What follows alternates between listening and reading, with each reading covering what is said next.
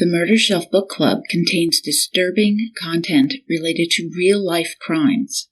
Listener discretion is advised. I'd had 4 hours of freedom, and now I felt empty. I had to start over. I had worked very hard to adapt to prison and to accept the limited life that was imprisonment. Through it all, the indictment, the pleas, sentencing, entry into prison, search of myself, my locker, no privacy, I had somehow endured and survived. I had even become stronger and a better person, I told myself. Oh, every step had thrown me and thrown me hard, but nothing was like this. That's Jim Blackburn in his book, Flame Out. Welcome, Murder Bookies, to our bonus episode that stems from A Wilderness of Error by Errol Morris. This is the story of Jim Blackburn.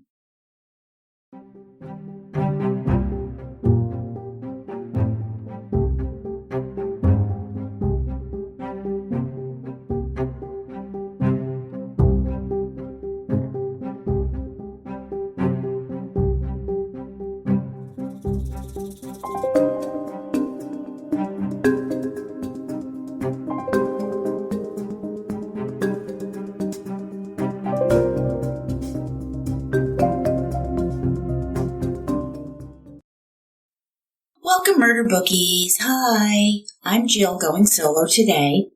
For those of you who are just turning in, we are a real, true life book club turned podcast. While Tara and I do the heavy lifting, we encourage you to read along with us. We like to summarize the author's story of each book we pull off our murder shelf. Psst.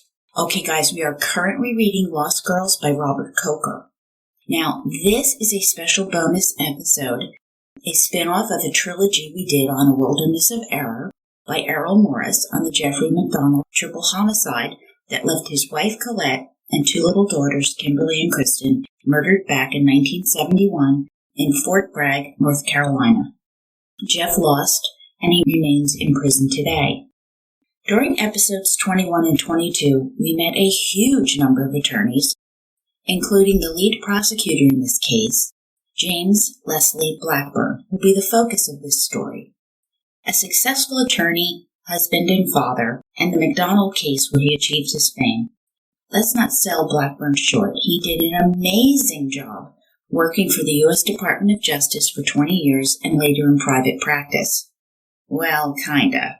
All right, we do have a true crime story to tell. First, I have to ask, who is Jim L. Blackburn? Well, to begin, he was born to Dr. J. Glenn and Margaret Blackburn in Lumberton, North Carolina on September 12, 1944. He won a debating championship in his junior year and then graduated from Reynolds High School in Winston-Salem. The son of a Baptist minister who was the chaplain at Wake Forest College, later university, Jim graduated from Wake with a BA in political science, and he went on to attend law school at the University of North Carolina at Chapel Hill, earning his law degree in 1969.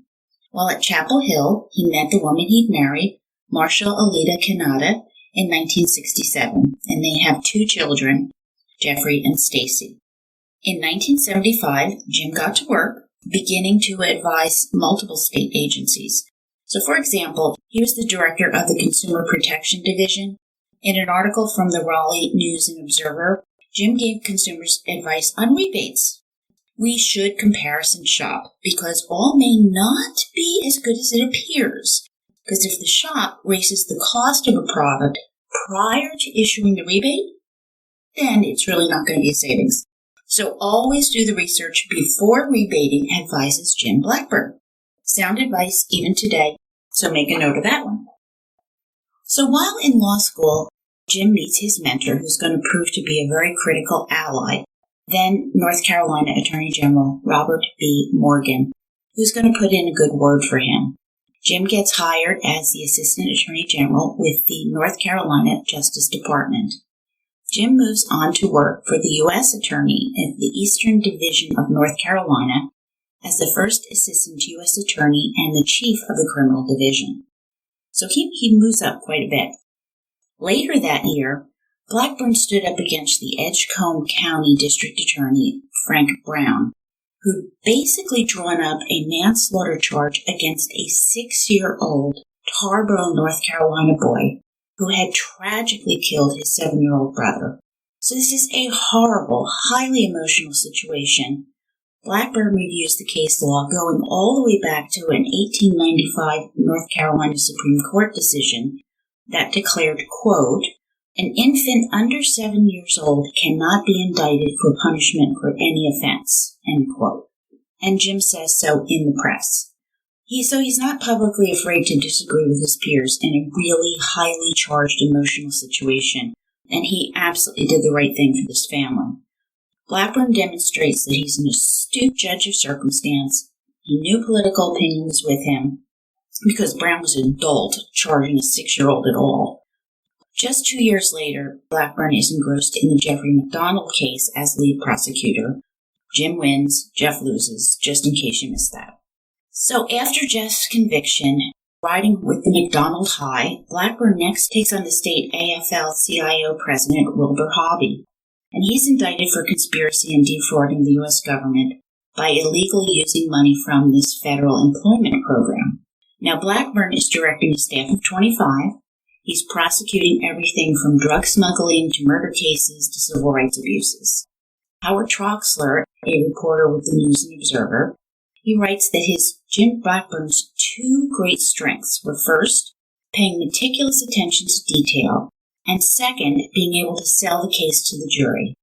So Troxler concludes that, quote, "Because of the McDonald case and other trials, Blackburn had developed a reputation as a meticulous lawyer, one who tries to avoid being surprised in the courtroom, learning every fact and every detail of a case," end quote. Pretty impressive. Right, still the golden boy in 1981, Blackburn went on to get convictions in the Robert Ward case.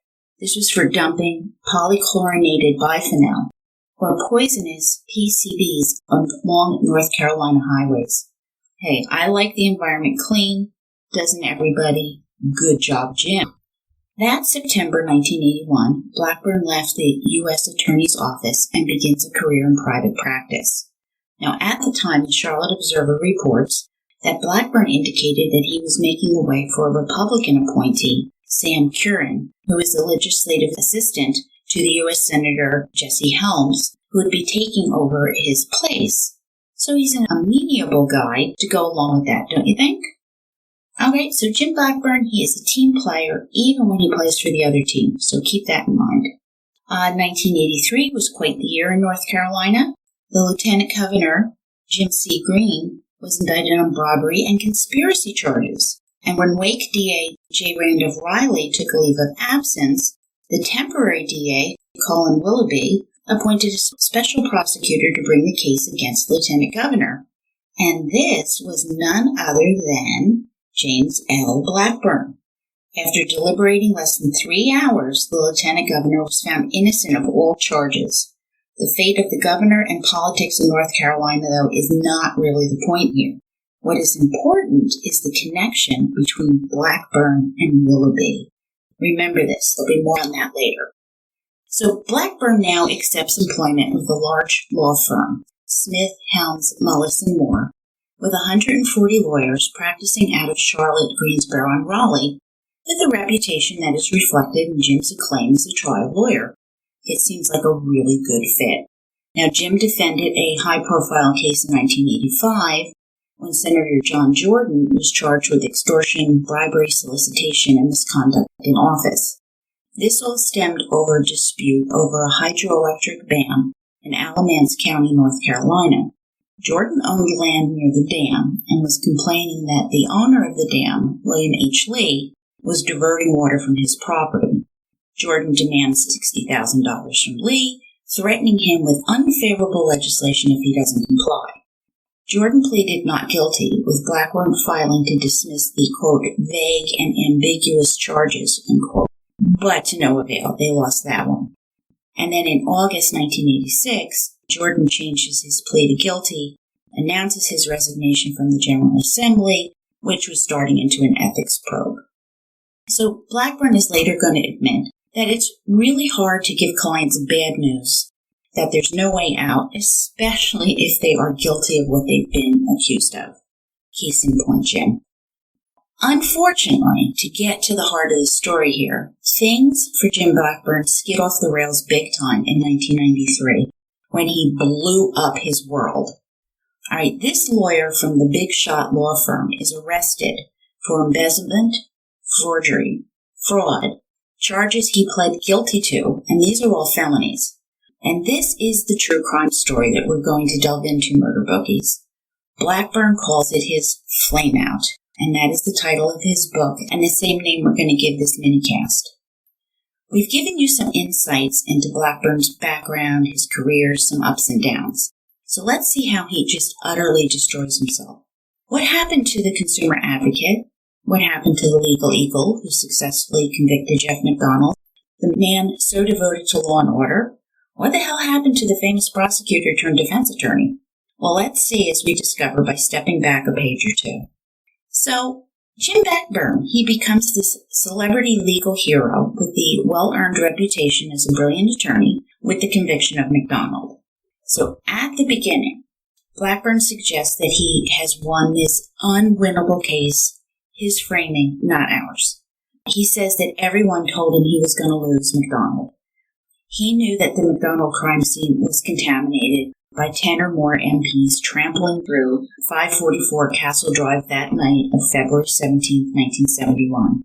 Preparing for the trial, Blackburn strategized that he would only call 2 of the MPs to the stand. Now, in his book, Jim explains that while he had 10 MPs to call from, he didn't want to use them all. Quote, "I don't want to use them all. If we do, the other side will turn this trial into a farce, showing how screwed up the crime scene was. We don't want to do that." End quote. So since the prosecutor's job is to present his best case and get a conviction, that is Blackburn's motivation. Accentuate the positive, minimize or eliminate the negative. So he further admits that putting MP Ken Micah on the stand is risky. If you remember from our earlier episodes, Micah was the one who saw the woman with the floppy hat wearing the boots the night of the murder, which matched Jeff McDonald's description of the hippie intruders that he claims murdered his family. So it's Blackburn's contention that if they didn't call Micah, the defense is going to call him, but at a later time in the trial. Sooner was better than later. Calling Micah earlier in the trial would allow them to be kind of blasé about his testimony about seeing the woman. Quote, "We don't have to agree that it was someone who was in the apartment that night. By the time the other testimony goes forth, the jury will have forgotten about him." End quote. So Blackburn's strategy wins the day. Micah is the second witness called to the stand in Jeff's trial. Now, to his credit, Blackburn recollects about some undisputed evidence as well, like the club used in killing Kimberly and Colette. Experts testified that it was once part of Kimberly's bed because the wood growth rings matched it perfectly. As it was used as a deadly weapon, pieces of it had sloughed off and were found in the master bedroom. Now, Jeff denied ever seeing it before, and he accused the hippies of bringing it with them to the house, which is impossible given the growth ring evidence. So, Jeff, that makes no sense at all, and Blackburn scores major points on this. Now, Blackburn also writes that something that convinced him of McDonald's guilt, and of course it should convince all of us, was that Jeff had, quote, "no wounds on either his arms or wrists, no ice pick wounds on his chest, none on his back, and his injuries required no stitches or bandages. He only had a collapsed lung on his right side," end quote. And this was a wound that Jim believed that he had inflicted upon himself. And the doctors at Womack Army Hospital saw scratches on him. That is all quoting directly from Jim Blackburn's book. Murder Bookies, that is inaccurate. All right, in doing our research for the Wilderness of Error episodes, we read the medical report on Jeff McDonald written that horrible night at the hospital. And contrary to what Blackburn wrote, the medical report indicates that Jeff had a large bruise on his upper arm and shoulder, a knife wound that entered one place and exited another on his left bicep, plus several puncture wounds. cuts on his left hand and fingers, cuts into the web of his pointer finger and thumb. On his chest were 4 to 5 puncture wounds above his heart. These did not require stitches.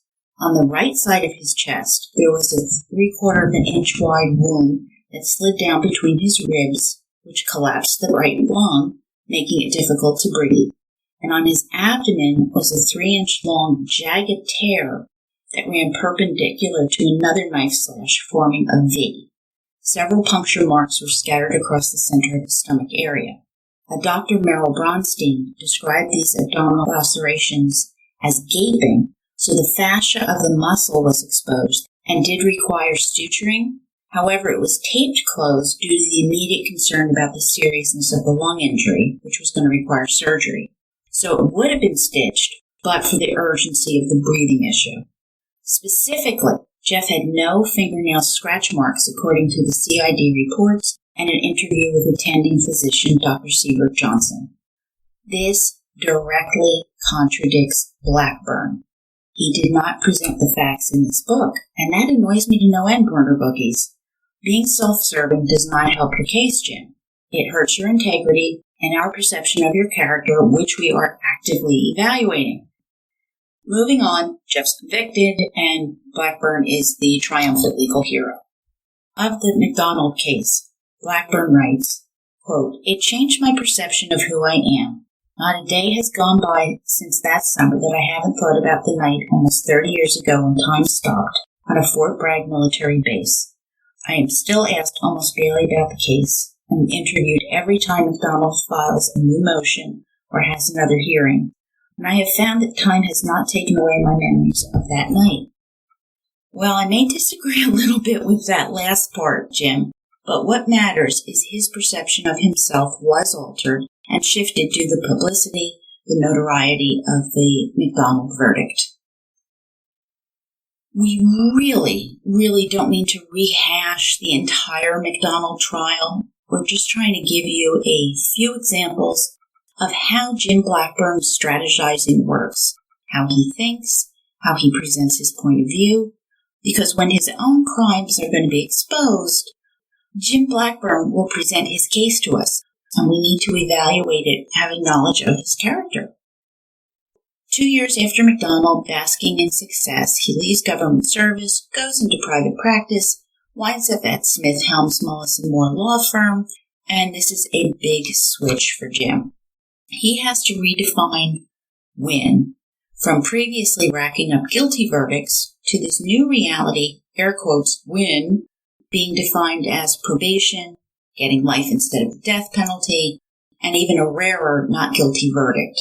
So it's a big change here from that black and white slam dunk winning to more nuanced shades of gray outcome.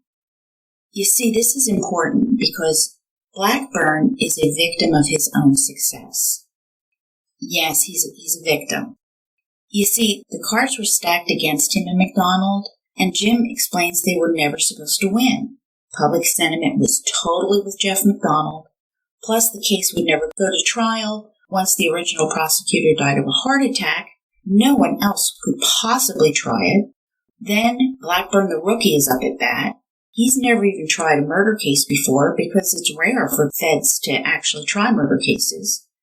And Jim claims that he had this overwhelming evidence on his side, and his potential witnesses were still alive and willing to testify.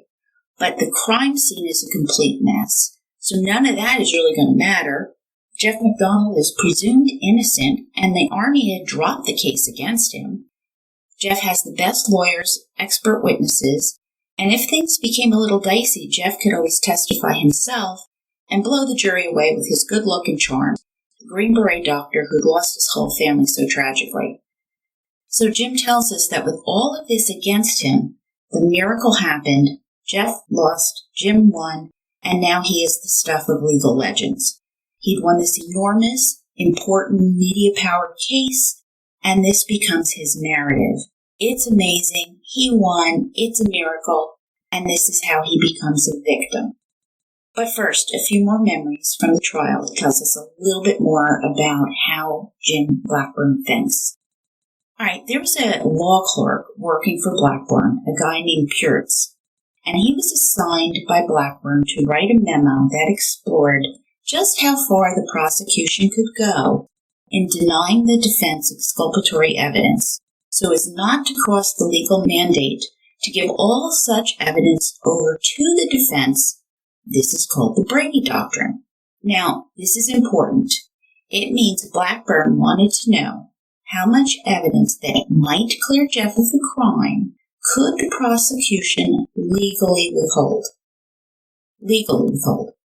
Asking that question reveals a great deal about the games that this prosecutor is willing to play. And why? Why dance along the fine edge of Brady? Why even go there? And guys, this is not just theoretical, because we know that the prosecution did withhold evidence from the defense that they could have used. An example, there were black wool fibers that forensic had found at the scene that had no source in the McDonald home. And this backed Jeff's claim of intruders, who Jeff said wore black. Now, defense forensic witness John Thornton had no access to this evidence until after he testified. That's wrong, murder bookies.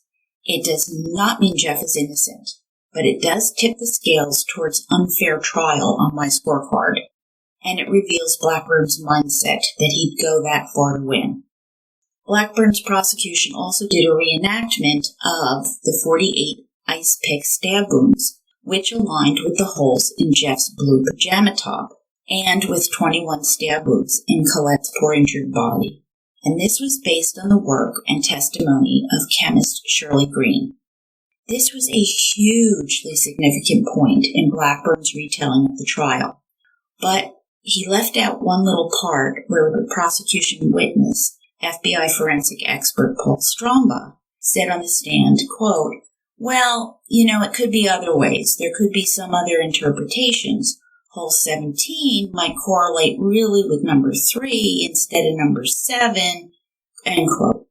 Now, this demonstration is basically speculation. It is not science, but it still made a huge impact on the jury, according to Blackburn, and it still resonates with Blackburn himself 20 years later. So it tells us how he's emphasizing the abbreviated part of the story. Interesting.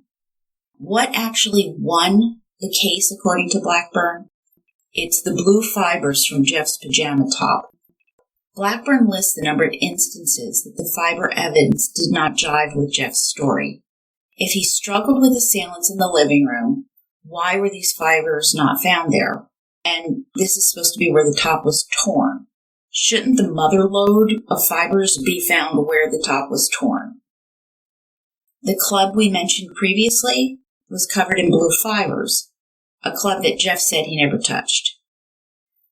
Blue fibers were found in the master bedroom, a lot of them. They were found in 5-year-old Kimmy's bed, and just below the master bedroom headboard where P.I.G. Pig was written in Colette's blood. So this was fairly devastating to the defense. Now, when Jeff took the stand, he failed to explain how any of these fibers got there. He said he didn't know, and I can't explain that either. But what I do recall is that the crime scene was already contaminated and that Blackburn was already concerned about that because of the number of MPs that had trampled through the house in those early morning hours. That's why he only called the 2 MPs as witnesses, right? To mitigate that weakness in the story.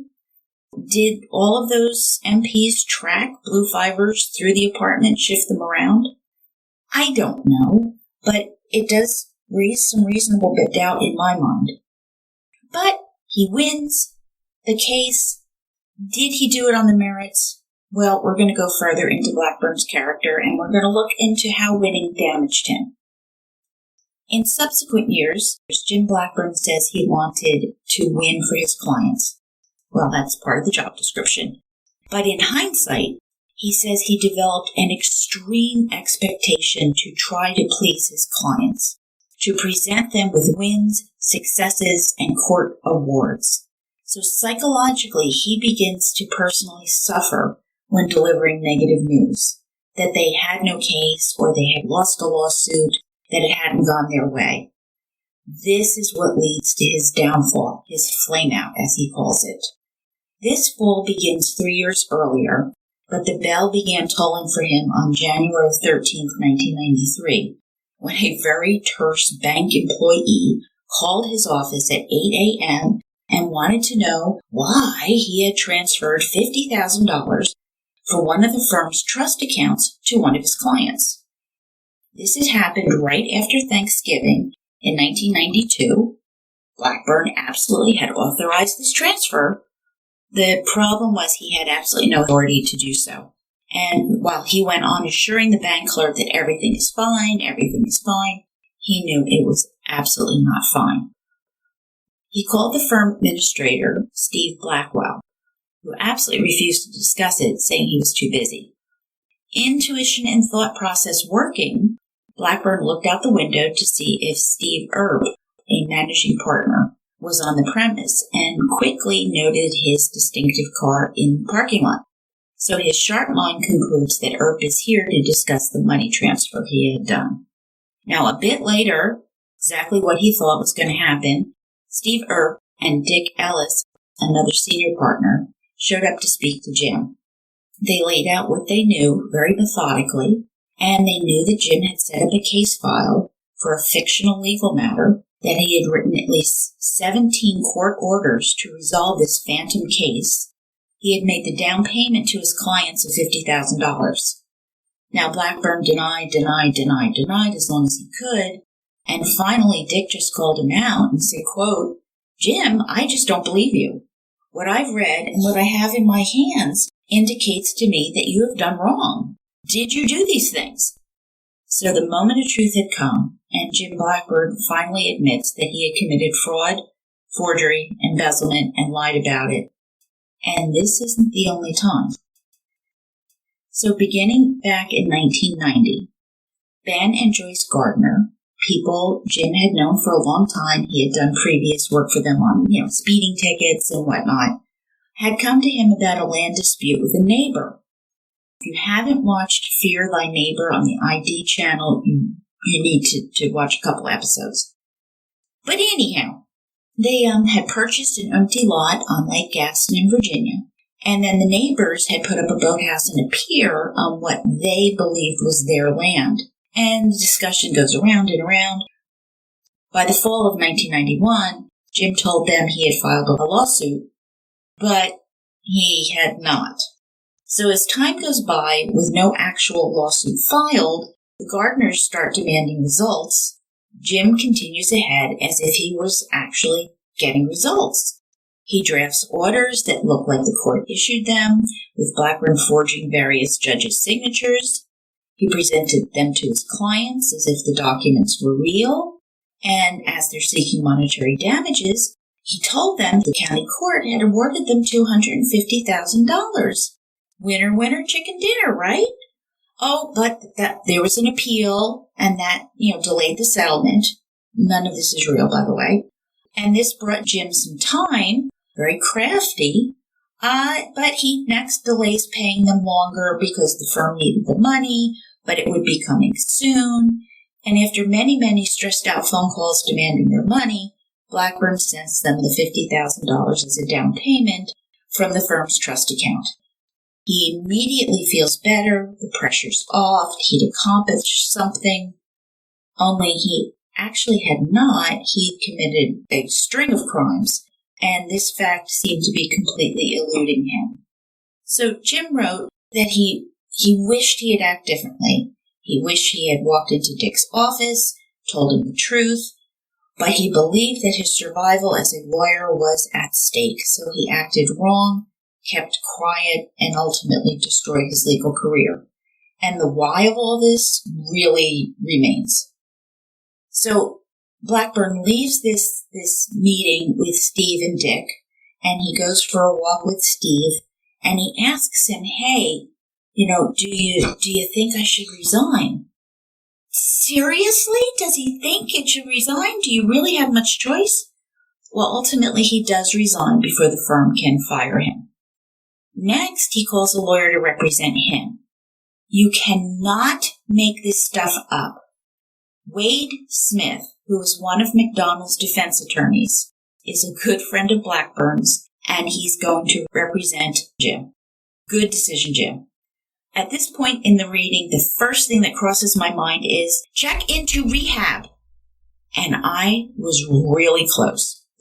Doesn't that happen a lot with, high-profile people doing bad things? They check into rehab. Well, anyway, Blackburn tells Wade Smith that he's done some bad things, but probably not criminal. Incorrect. So this is an indicator that there is something amiss when a career criminal lawyer doesn't recognize embezzlement, fraud, forgery in his own behavior. All right, I know he's going to jail. Clearly he's not thinking well, because if I could know this, he should know this. So he further spills his guts about some other crimes that he's committed. Another of his clients needed money right before Christmas, and Jim sends him $6,000 from the same trust account, leaving about $1,000 left from the original $57,000 that was in the account. What Jim fails to tell us in the book is that he deposited money into his personal accounts too.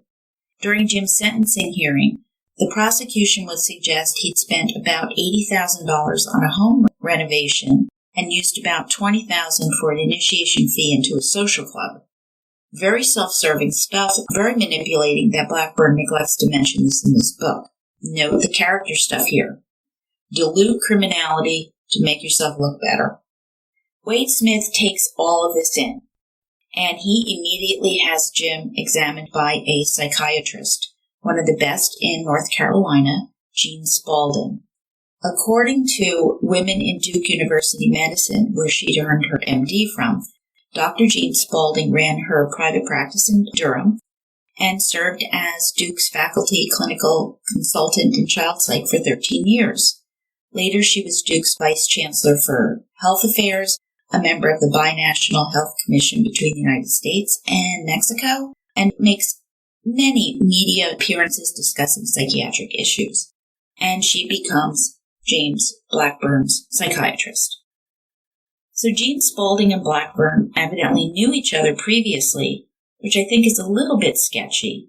It does depend on the degree of that relationship, which I really can't speak to. What we do know is that Blackburn wrote of Dr. Spaulding's words to him, which were, quote, "Look, we need to see if there's something wrong with you that might explain your recent behavior. I've known you too long, Jim, to think that you do these things without some explanation. These actions are bizarre. They're out of character for you. The truth is you might not be well, and I just don't know yet." End quote. So they begin to try to figure out what's wrong with Blackburn. Dr. Jean's concern is that his behavior was too calm, that he's in denial that he's committed serious crimes, and that this just doesn't register with Blackburn. She asks him if he's suicidal. He admits that it had crossed his mind, and her response leaves him chilled. She says, "You need to know that if you should do something to yourself, there's a good chance that one of your children will likely do the same thing when they reach your age. It's not certain, but the odds go way up, and you should think about that." Wow. Blackburn never attempts suicide. Now this tells me something significant.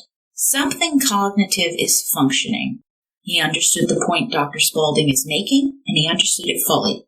If he commits suicide, this could put his children in jeopardy in the future. Boom, he gets it immediately. So it appears that his thinking is working at this point.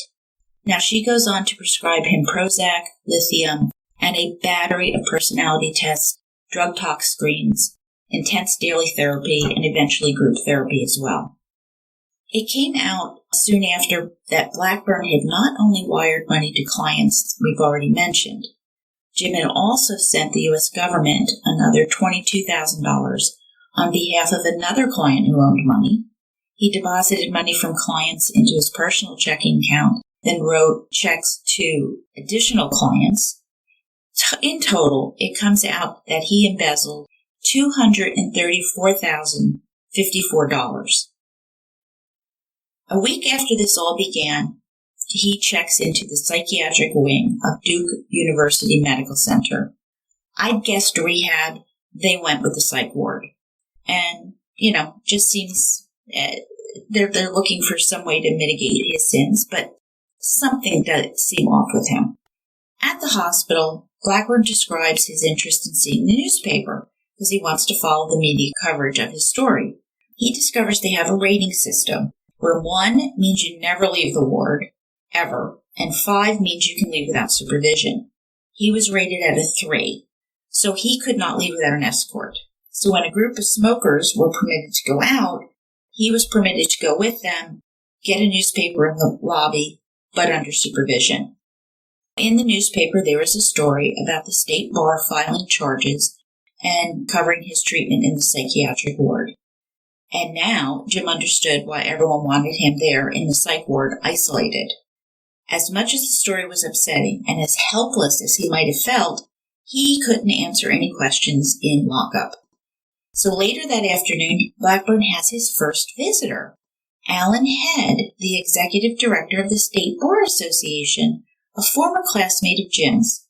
Again, it must really be nice to have friends in high places who visit him there in the psych ward, as the Bar Association is beginning disbarment procedures. The head of the State Bar Association comes visiting. So on July 14, 1993, the grand jury hands down a 12-count indictment charging James L. Blackburn with fabricating court documents, siphoning more than $234,000 from his former law firm. Wake DA Colin Willoughby said he would personally prosecute Blackburn and that he'd extend his personal friend no favors. Remember Willoughby, who had appointed him to prosecute the lieutenant governor way back when? Yeah, his buddy Blackburn. Good to know he's not going to play favorites, however. Now, Jim faces up to 100 years in prison, but that's not going to happen because Jim decided to avoid a jury trial and plead guilty. He wanted to accept responsibility, do the right thing, make things right, and face the music. Back in April, he had taken the first steps, sending a sworn affidavit to the North Carolina State Bar, along with his law license, and admitted to all of his wrongdoings. Only Jim didn't actually want to do this. He had to be talked into it by Wade Smith and others. He had come around to it, and he did do it. But he writes he was, quote, not an easy client, and he was downright difficult, end quote. He was angry, paranoid, scared, embarrassed, but he did do it, if grudgingly. Blackburn delves into his therapy sessions with Dr. Spaulding, from the Rorschach ink blot tests, to what was his childhood like, to what did he like about being an attorney, why was it important for him to be liked. It all came back to the McDonald case. I told you he's a victim. If he had lost, his life would have been totally different. By that time, he was identified and he was judged for himself based on McDonald. He came to believe that he could fix anything, do anything, and he wanted to be all things to all people, and that he was stretching himself to the breaking point, and then snapped. Dr. Spaulding diagnosed him with having the worst case of depression she had ever seen.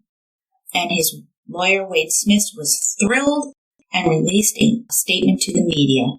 Jim is mentally ill. He did have the classic symptoms of depression: insomnia, lack of an appetite, fatigue, deriving no pleasure from life, experiencing sadness to thoughts of suicide. He even suffered a marked abnormal elevation of mood. For example, he'd be the life of the party and buying everyone drinks, and then go in his office and stare out the window frozen, unable to work. Or he would lay down on the sofa just staring into space. So, disordered thinking, this is where thoughts kind of get stuck in quicksand, or they're so rapid that your mouth can't even keep up with your words. So this is Blackburn. He's a guy who is always in motion, but he's having difficulty completing tasks. Focusing is really difficult. And he writes that Jean told him he's not psychotic, but that he had, quote, a walking around nervous breakdown with psychotic features, like a break with reality, end quote. Another psychiatrist, Dr. Seymour Halleck, stated in the News and Observer that Blackburn knew what he was doing all along, but his judgment was impaired by, quote, an insidious depression. It's my impression that he did not believe the money was his to give away, but I found no evidence that he was consistently psychotic. Now, another revelation came out was Blackburn killing his mother. No. Not quite where you're thinking, murder bookies. See, he needed a continuance in court, and he couldn't think up another excuse, so he said his mother died. And to support this lie, he actually placed an obituary in the local paper, the News and Observer, who I keep talking about. Now, he finally tells his mom about this, because it was in the paper, and she took the news of her death quite well. She only wanted to know if he actually got the continuance. The thing is, I found the obituary, and it was in Wednesday's paper, not Sunday's like he's claimed. I have to wonder what else he misremembered. And again, it goes to character and judgment, because who would go so far as to put an obituary in the paper when one's mother didn't die just to get a day out of court? I mean, that's really calculating. I mean, that really is covering your tracks, isn't it? Plus, everyone who knows your mom is going to think she just died. All right. Well, in October 1993, Wade Smith found himself fighting to keep Jim from being committed to a mental institution for 60 days. Then problems had arisen 2 weeks prior when Blackburn, who was starting to feel better, and he's trying to save money, and he cuts back on his Prozac, which triggered all kinds of behavioral problems. So Smith is arguing to the court that Jim needs to be kept at home and keep seeing his current therapist. During this period, Dr. Spaulding told reporter Sarah Avery that, quote, at the time of his delusions, he believed everything he was doing was perfectly normal, end quote. But that Blackburn's doings were so far from normal, they were psychotic. Ultimately, Judge Henry Height ruled to allow Jim to continue therapy and not to be committed, but more psychological tests were ordered. Yet in his book, Jim denies he was ever psychotic. Gene Spaulding did say he was psychotic to the press, and once again, is it memory, or is he just painting a better picture than what reality truly was? Is it deliberate? I don't know, but I have to ask, how come nobody at the law firm ever noticed he was psychotic, or depressed, or his clients? Answer. Medical scans did show an abnormality in the part of Blackburn's brain where reasoning takes place, so a minor stroke had occurred within a 5-year period. Could it have impacted his decisions? It is possible, but it's not absolutely certain that we can know. But this part of the brain is where we make judgments, think, and process. So we do know that James knew he was doing wrong on January 13th, 1993. When he admitted his crimes, his delusions were shattered. His psychiatrists explain it like this. Quote, he began slipping into depression gradually. His behavior changed incrementally so that family and friends noticed nothing drastically different about him, end quote. Now, his wife, Marcia Blackburn, did write to Judge Height that, quote, I have noticed marked changes in Jim. I can say now, and I can see it so clearly, but at the time the changes were gradual and sometimes subtle, end quote. All right, a fun fact. One of the judge's signatures that Jim Blackburn forged was Judge Franklin Dupree, the same judge who presided over the 1979 Jeffrey MacDonald trial and who has denied MacDonald numerous appeals over the decades. Judge Dupree passed away in 1995 at the age of 82. Now, moving ahead to December 1993, Dr. Spaulding is continuing to talk to reporter Sarah Avery that Blackburn, quote, was haunted by the MacDonald trial. It became a very bizarre sort of way, tied to his identity. Part of him appreciated it, but on the other hand, it was a burden to find another success that was more powerful, end quote. Now, this frames James very sympathetically. As other cases came and went, and other trials began and concluded, none were as sensational or as celebrated as MacDonald, and yet everyone expected Blackburn to achieve the same results. I think Blackburn expected himself to achieve the same results. He especially sought superlative performances. Jim would later say in the article, quote, that people would say, if you can win that case, you can win my little case. So I was expected to do everything wonderfully. And for years that worked. He pulled it off. He claims that he had a personality disorder where he was compelled to please people, only there really isn't such a thing. Now, informally, there's something called people pleaser syndrome. People with low self-esteem, they can't say no. They're really generally miserable where they're trying to make everybody else happy. Often as children, they're just, crushed by their parents. So there's no rebellion or anything. And they learn to survive by just conforming to what the adults want. So they grow up and neglect themselves and are anxious and insecure with no self-worth. They can, air quote, disappear, and they become passive, fearing rejection and disappointment. It doesn't exactly fit the Jim Blackburn I've read about, but there are some little characteristics in there that kind of ping. Jim's work in private practice is going to shift from the courtroom where he thrives to playing a much more managerial role and working on lawsuits he'd agreed to file as favors to friends. And then he gets sucked back into McDonald's appeals, one based on the prosecution withholding evidence, and this time he finds he has to defend himself. Quote, says, I didn't think I'd done anything wrong, and all of a sudden I'm being interviewed by TV and radio folks about what I had been involved in, end quote, that he said at the time. But it's a good point.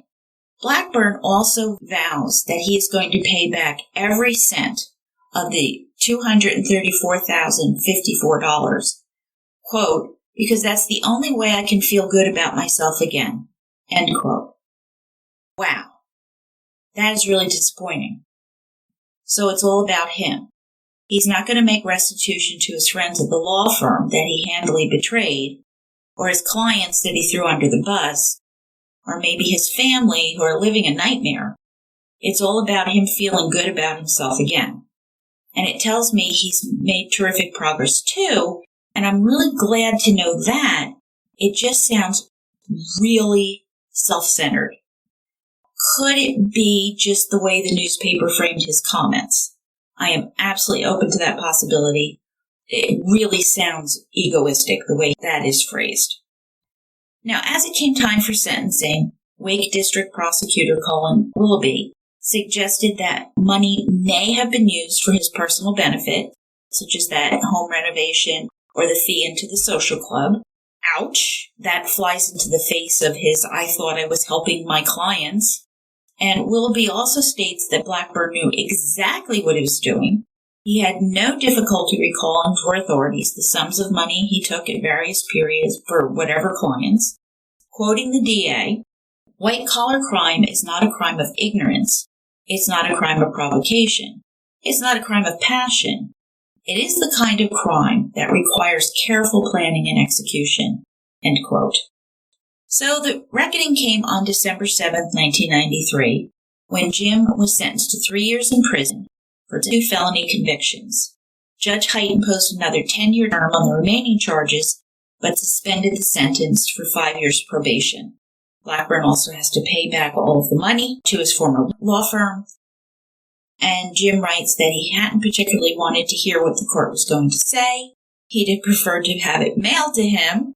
Yeah, he's really owning it here, isn't he? He also wanted to put tape over the mouths of those speaking during this process because it's really not quick like you see on TV. He, quote, wanted the electrical power to go out, something, anything. I didn't want to sit there and listen to all those accusations, end quote. Accusations? Buddy, these aren't accusations. All right, you did this. These are called facts. You pled guilty to them. Not quite owning it here. And this is in a book written in 2000, 6 years later. But he is patting himself on the back for listening to everyone giving him good advice to own it, to do the right thing, surrender your law license, plead guilty, but you're not really owning it. Sorry, I am not buying the whole I'm earnest, I regret this, it's all my doing mantra because of his own statements and his words where he undermines this whole heartfelt apology stuff. It's more like he's supposed to say this rather than he really went through a metamorphosis. Both his father and grandfather were preachers, so he's heard the quote, I've had an epiphany sermon a gazillion times. So is he mouthing that? I'm sorry, I am suspicious of his motivation here as any good true crimer would be. And based on what he has said himself, Now, he was permitted to remain with his family over the holidays, but on January 3rd, 1994, Blackburn is handcuffed by the Wake County Sheriff Department and taken to prison. He remained at the Southern Correctional Institution at Troy, North Carolina for about a week, most spent in protective custody. And that's in isolation for his own good, since he was a prosecutor who was putting folks in jail for a living. All right, most inmates took a lot longer to process out of Troy, and in flame out on exiting the short stay from Troy, this exchange with the correction officer took place. Correction officer: Blackburn, you sure do have a lot of friends. Well, what do you mean? Well, someone was always calling about you. They wanted to make sure you were taken care of.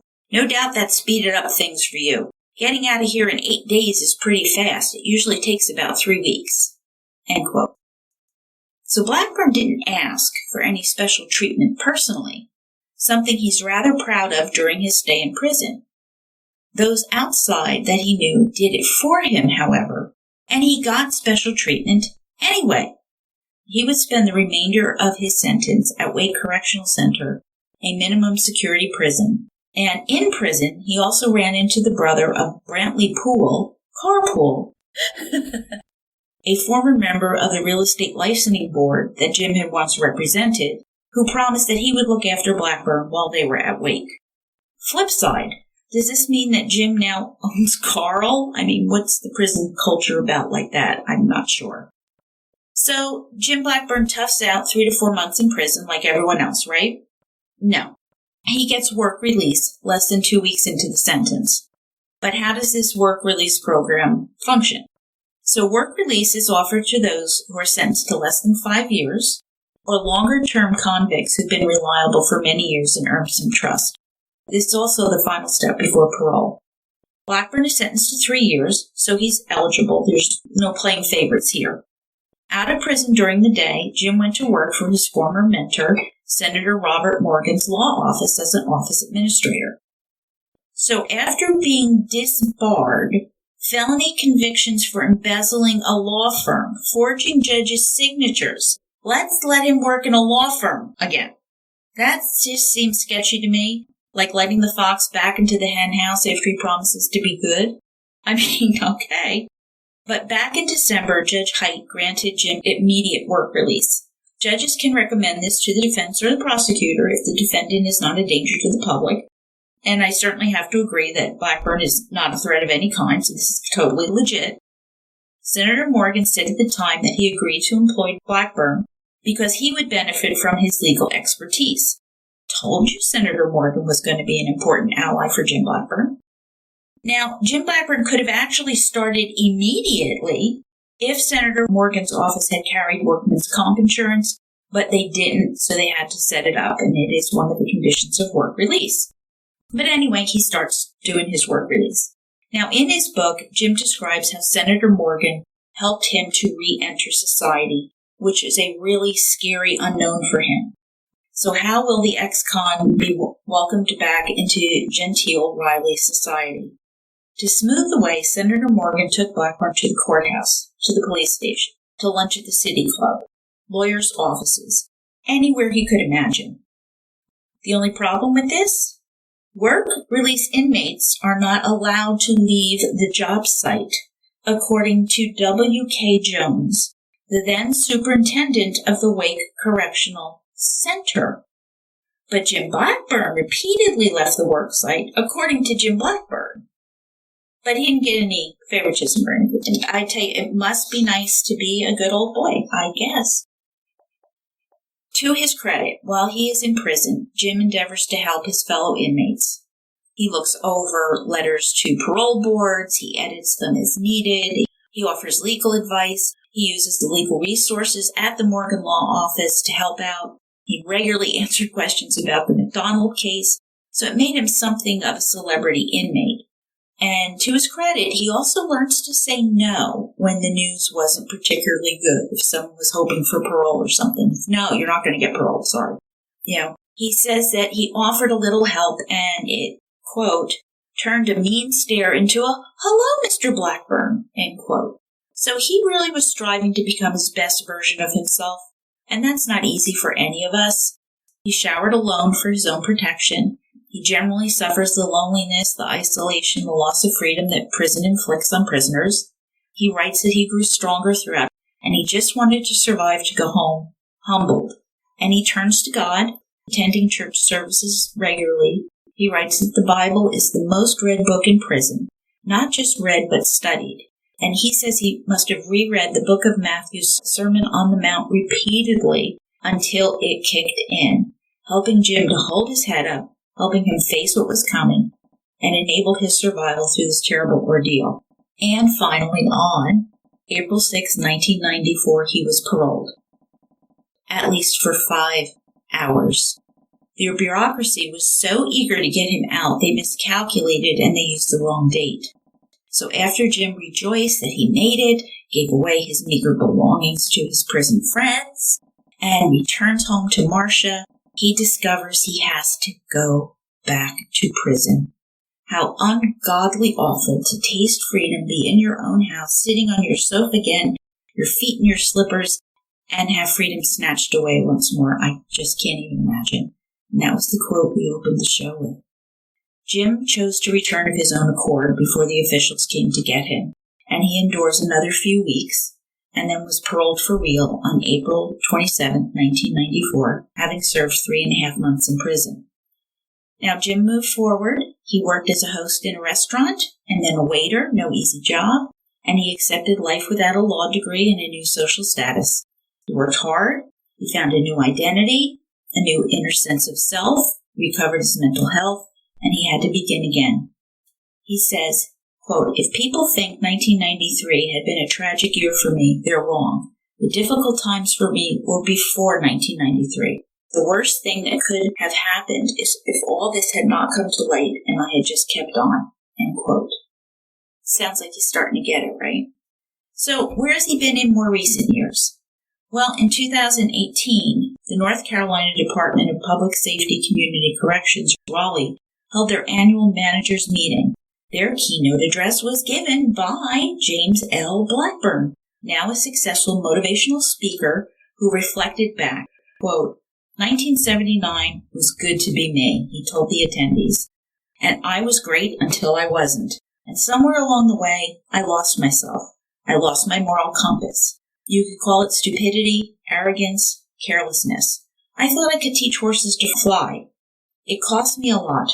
My career, my reputation, my freedom, and my income. My life was shattered, but it didn't end," end quote. Now that sounds more honest, more down to earth, more real than back in the day, Jim. He stopped proclaiming his victimhood. Good. He advised correction employees that as they supervise people on probation or parole, quote, "let them know the world will fall in love with them if they're doing the very best they can and truly own their mistakes. Do not put a period where God puts a comma." A favorite phrase of Jim that's taken from George Burns and Gracie Allen, a comedian duo from back in the 40s and 50s. So he's gone on to be a successful motivational speaker and teacher of online seminars for both law enforcement and mental health professionals. Some of the courses he teaches are When Adversity Strikes and It Will, Stupid Has Consequences and So Does Hope, and a new one, Resilience and Well-Being in 2021. And he's overcome much, done well, and contributes to society once more. And that's quite moving and must be soundly applauded. And good for him. I would love to end it there, but I just can't. I found another quote doing this research.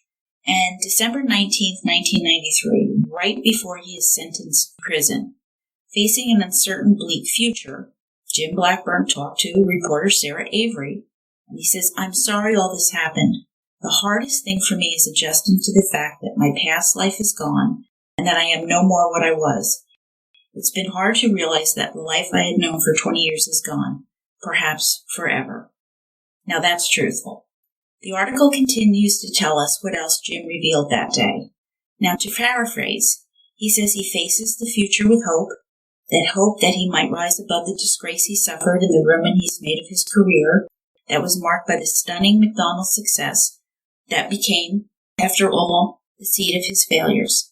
If he is lucky, his prison sentence could be cut to 3.5 months. If he's diligent, he might work his way out of financial ruin by parlaying disgrace into a new career, public speaking about mental illness that he contends cost his life to take a free fall. That was December 1993, Murder Bookies. I believe he's sorry. I think he's being absolutely honest. That sweet life is gone. But we also do hear the victim again. My past life is gone. I'm a disgrace. My career is ruined. Winning McDonald ruined my life. Poor guy. But there is plan B. The deal was already made. Not even sentenced yet, and Blackburn reveals the plan to use his mental illness as a talking point, which is exactly what he's doing in his new career, according to his webpage today. That was fairly quick for a guy who had a competency hearing 6 weeks earlier, don't you think? Now, I am all for the power of positive thinking and embracing life, seeking forgiveness, and figuring out what's next if you majorly screw up and face the consequences. I know how debilitating severe depression can be, and my sympathies go out in abundance to anybody suffering from mental illness. It is heartbreaking, and our society has a lot of maturing to do on how it regards mental illness. Tara and I speak on this often, but this just appears calculated for a guy who claims to have gradually regained his fortitude and strength after hitting rock bottom during a part-time prison sentence, and he's a prophet. Who knew? 3.5 months in prison? Check. Work release? Check. So he's really only going to prison at night, then paroled. Speaking on mental illness as a motivational speaker? Check. All spot on. He tells us this as he's being sentenced.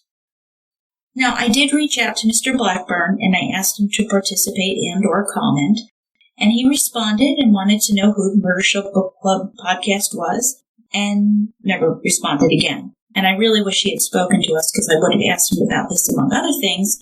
But, we don't live in the world of the shoulds. We live in the world that exists, and he chose not to participate. Okay. But I really do wish him well, and I'm glad that he is back on track, and I wish him and his family all the best. And that is the true crime story of James L. Blackburn, the prosecutor of the Jeffrey McDonald case, turned felon and motivational speaker, the bonus spin-off minicast for you. And I am curious as to what you think about all this. Subscribe so you never miss an episode, and let us know your thoughts. Jill and Tara at murdershelfbookclub.com, and leave us a 5-star review if you can. It really is valuable. Trust your gut, lock your doors, and watch out for Red Mountain. We'll be back with our episode on The Lost Girls by Robert Coker when Tara returns. Thank you, Murder Bookies. Stay tuned. And thank you so much, Murder Bookies, for listening. Please reach out to us on Instagram, Facebook, or Twitter, or shoot us an email at jillandtara@murdershelfbookclub.com. Follow us or subscribe to our show on Spotify, Apple Podcasts, Google Play, Stitcher, Pandora, Podbean, iHeartRadio, just about anywhere where you can find your podcasts. And if you can, leave us a 5-star review. We certainly love to see your feedback. And until next time, Murder Bookies, happy reading. Stay safe. Stay healthy.